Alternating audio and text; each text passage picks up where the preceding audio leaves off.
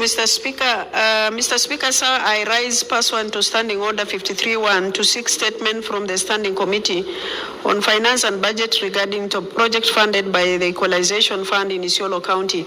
In the statement, the committee should provide comprehensive list of projects funded by the Equalization Fund in Isiolo County, including their respective budget allocation and implementation timelines.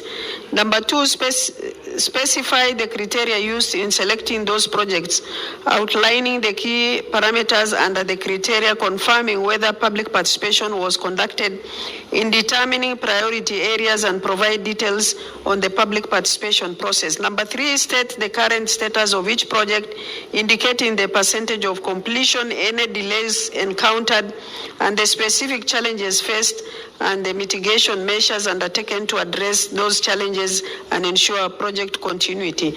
Number four, clarify the disbursement schedule of funds for the approved project, highlighting any delays in release of funds that may have affected the progress of ongoing or planned initiatives, and provide reasons for any delays and steps taken to resolve them. Finally, outline any upcoming projects planned under Equalization Fund for Isiolo County, elaborating on the measures in place to ensure equitable distribution of resources across all deserving areas. Mr. Speaker, if you can allow me to read the other two, I'll appreciate. Thank you. Mr. Speaker, sir, I rise pursuant to Standing Order number 53-1 to seek a statement from the Standing Committee on Finance and Budget regarding the financial mismanagement relating to the implementation of the 2-kilometer Cabro road providing projects in Bulapesa Ward, Isiolo County. In the statement, the committee should state when the contract for the project was awarded and the contract sum, the percentage of the work completed so far, and whether public participation was conducted ahead of implementation of the project. Number two, provide details on the payment made to the contractor to date. Three, outline the measures in place to ensure accountability and transparency in the utilization of public funds, particularly in infrastructure project in Isiolo County.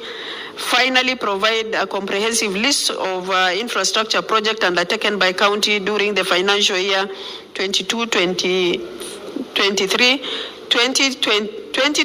2024, and 24-25, including the allocated budget and the amount already utilized.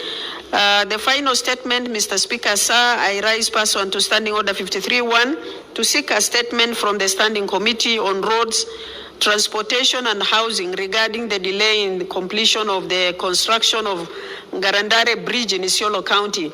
In the statement, the committee should provide an update on the completion status of construction of Garandare Bridge, the expected timeline for completion, and the reason for any delays. Number two, specify whether the contractor has adhered to the agreed upon project timelines and whether any penalties have been imposed for non-compliance.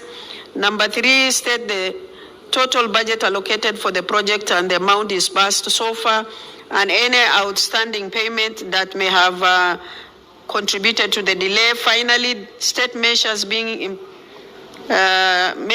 implemented by the responsible agencies to ensure the project is completed without further delays. I thank you, Mr. Speaker.